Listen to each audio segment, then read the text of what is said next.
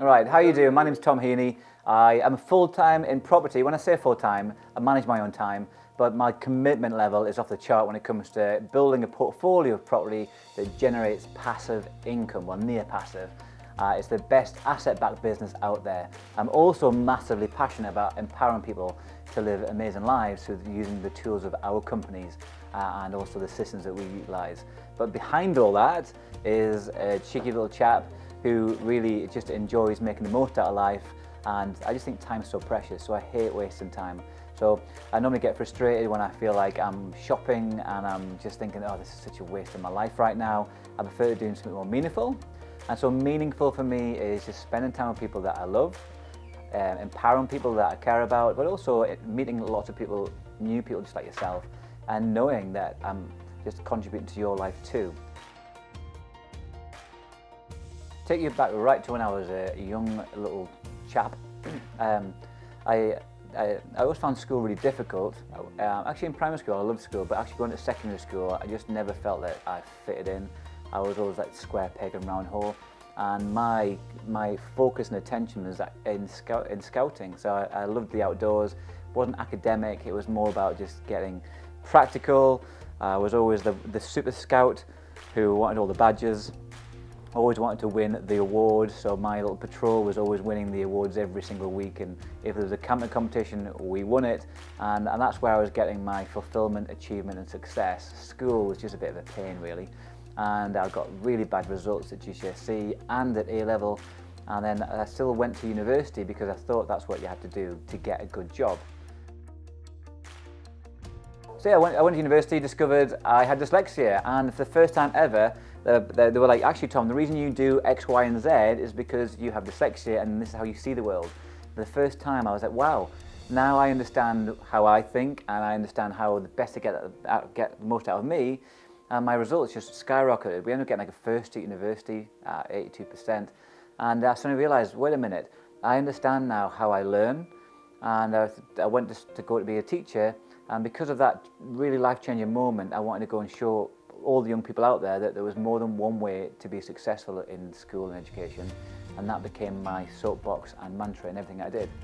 But going back to when I was a young person, in terms of wealth, we weren't wealthy. My dad was a secondary school teacher, my mum was working for the Inland Revenue, but I had a disabled brother, mentally handicapped. He had autism and lots of other complexities, so all the money and a lot of attention was going on just helping him. And yeah, so we never went abroad on holiday. It was a tough decision even to get some nice trendy clothes. I remember I felt really guilty that I wanted some like Air Max, and it was all about how much money that was going to be. And those kind of decisions made me have associations with money that maybe gave me limiting beliefs as I moved into adult life. So maybe you can relate to that. Like the things that happen in your childhood can actually impact the decisions you make as an adult. Well, when I was a young person, I wanted to be a grass cutter. So I remember saying to my dad as a 7-year-old, Dad, I'd love to sit on a drive on a lawnmower. That sounds like a cracking job in life. But actually in my teenage years, I always had inside me that I wanted to be a multi-millionaire. That's what was one of the things I had, but I just didn't think it was for me. I also really wanted to get into property. Even at 18, when I was 16, by the way, I got run over. I had a car accident, broke my jaw, was in hospital, and I got some insurance payout. And so when I was 18, I was given a small pot of money. And at that point, I was like, I want to buy a property. Something inside me knows that that's what I need to do. But my network, my advisory, people around me, didn't really give me the support that I needed, or the signposting to kind of get the next step, and didn't have the internet and all the access and all the education like this to give me the tools either. But I knew back then I wanted to get into property.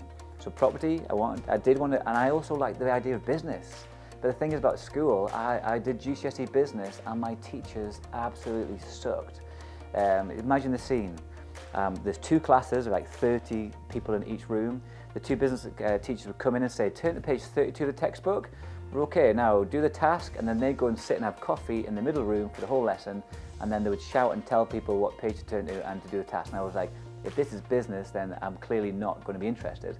So I stopped pursuing business, but I knew and I thought that's really excited me back then. So because of the teachers, I think that stopped me wanting to do it at A-level.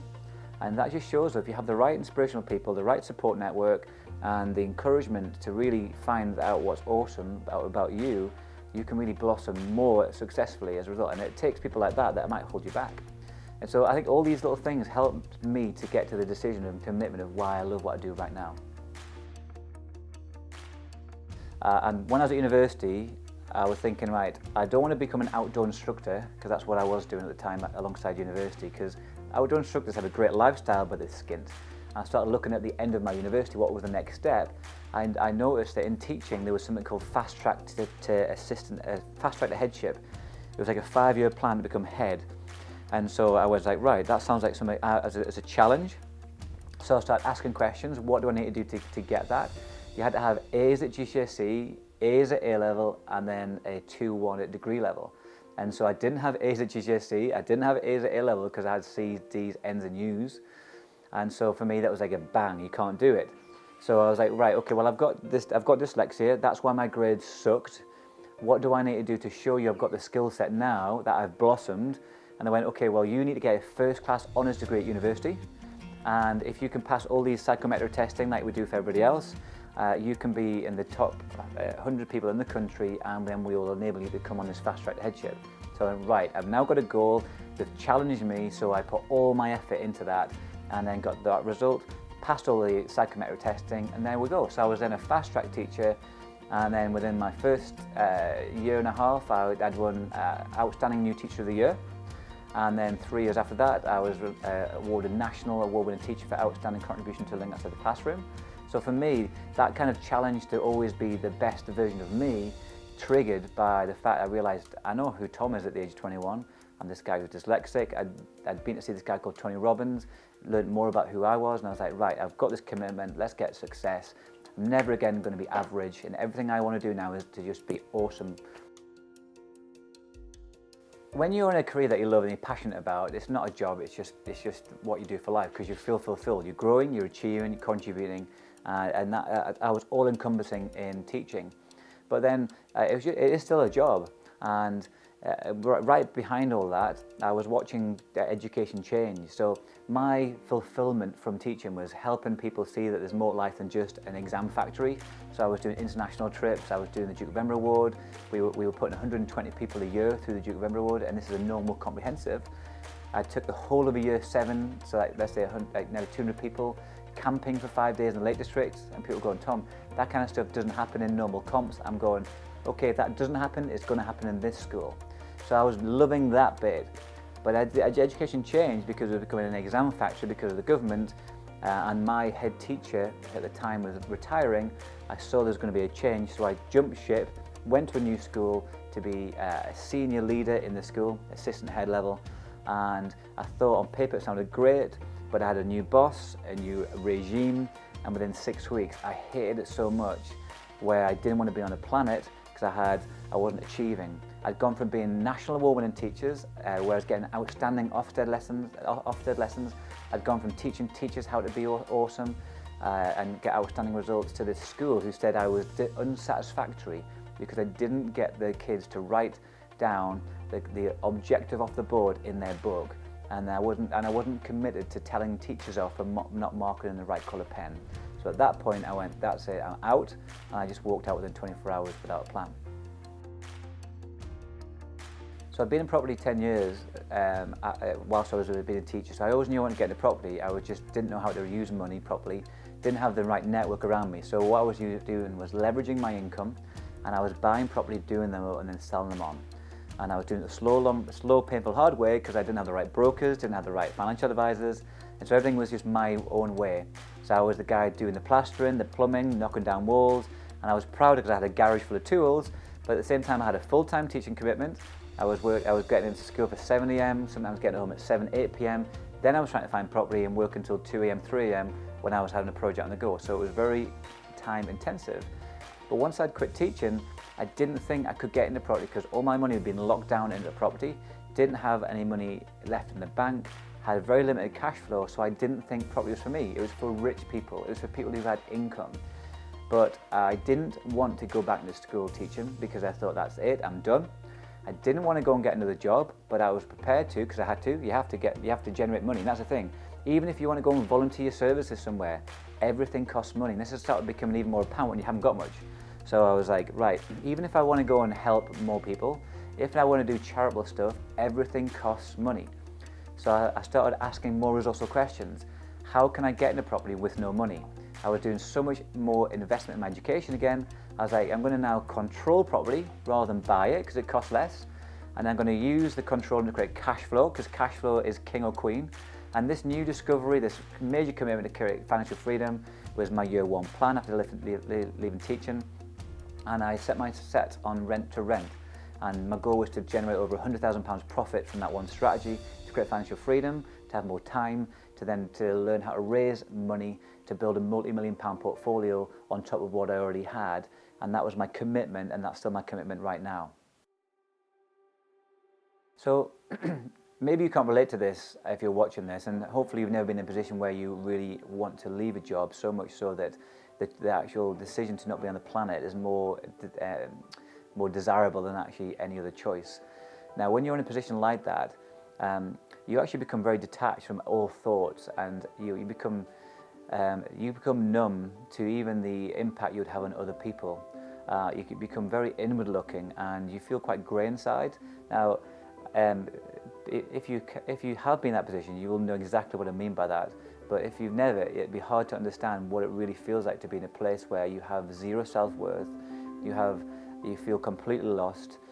Now, thankfully, I made the decision to communicate my internal thoughts. When you're a bloke, most blokes find it hard to talk because that's the culture of the UK. But actually, by talking through how I was feeling and just sharing with my partner that, like, I need to leave tomorrow, otherwise something serious is going to happen. That enabled me to just at least have some feeling of support. But I'd like to say that after that day of leaving that job, everything was rosy, but no, it was actually, I had months of real tough challenges, like slamming doors, feeling really angry. My emotional roller coaster was like, that's because you feel lost. Because once you've gone from something where you feel like you're part of a community, where you feel like you belong, you're achieving, contributing, growing, feeling awesome, top of your tree, fulfillment's off the chart, to like completely lost, completely like you don't know what you're doing, and then all the choices seem rubbish, and you think, what is life about? Money, you have hardly any money, you just feel completely chaotic. And so when you're in that, I couldn't get out of bed at times. I just wanted to sleep, but then at night I couldn't sleep, and it was a lot of chaotic times. And there was a journey of self-discovery. So I started doing audiobooks. I was looking for the next thing. So it's October, November, December. I'd sold this house subject to contract. I'd sold my investments subject to contract, and I was ready to start a new chapter in the Lake District as an outdoor instructor and a bed and breakfast owner, thinking that was the next step, but it wasn't. So during that period of self-discovery again, rediscovering who Tom was, where am I headed, and this idea of teaching and career of education was now kind of ceased for the time being. I was just listening to audiobooks and reading books, things like Rich Dad Poor Dad by Robert Kiyosaki. I started reading and listening about financial IQ and the Secrets of a Millionaire Mind by T. Harv Eker, and all this stuff was like, because for me, education is the core of how you can become better. Like, you're a continual learner, so the mantra of the more you learn, the more you earn, I think is essential if you always want to be the best version of you. So I was using the time that I had, because I didn't have a job. I was in bed a lot, so I was listening to audiobooks, podcasts, researching, looking for the thing. And then in January in 2018, I was like, I'm not going to become a B&B owner. That's just not me. There's more to me. There's more than me in a B&B. I'm not saying the B&B owners are bad. I just went, there's more in me to make a difference on the world. And so I just started coming up with a plan like this. In year one, financial freedom, focus on me. And year two, raise money to actually build a multi-million-pound portfolio. And then year three onwards, I'm going to go back and start empowering and reaching out, helping people. I didn't know what it looked like at the time. I didn't know Tom Heaney education formed, but in the back of my mind, I had this thing that I knew that I want to get out and smash out and help more people. And that's where we are now. We're at the embryonic stage of that, and I'm just loving that journey so much. if you're in right at the bottom of the barrel, step one, just go and communicate, because you often feel like nobody really understands, nobody really cares. That was one of my things, like deep down, nobody cares. I was thinking, everybody's selfish, really, everybody cares about themselves. And so, right at the bottom of the barrel, step one is you need to reach out. And so if you're watching this and you're in the bottom of the barrel and you haven't got anybody, reach out to me, okay? You DM me, communicate with me, and I'll be that person to listen. But everybody's got somebody to listen to, and that's step one. But if you're financially screwed right now, then there's always a roadmap out. Even if you've got lots of debts, and I'm not saying that's where I was, but maybe that's your motivation, that's where you feel low, you can make changes and get like a payment plan to get you out of that. Maybe you hate your job right now, and you might feel that you can't choose to get out of it. But no, the thing that controls the quality of our lives is choice. Everything we do revolves around choice. You can choose to be where you are right now, or you can choose to be somewhere else. It might not happen overnight, but you can have a choice. And the choices is why people hate what they do. They're just choosing not to do something else because it's harder to do something else than what they're doing right now, so they make the excuse. That's why my mantra is, sometimes if you really want to get the best success, you have to make that decision, and you have to be the commitment to push through the stuff that's hard to get to the next level. But when you push through it, the next level is awesome, I promise you. And if you really want to get into property and you get excited by the thought of the income or helping people live in amazing communities, or you like just the idea of property in itself, the interior design or sourcing or raising money or doing the deal, then we've got a great starting video, the 5-step system of getting started in property, on this screen. Click and watch that video now, because it's going to get you excited even more, but it's also going to elevate your knowledge and understanding to the next level. See you soon.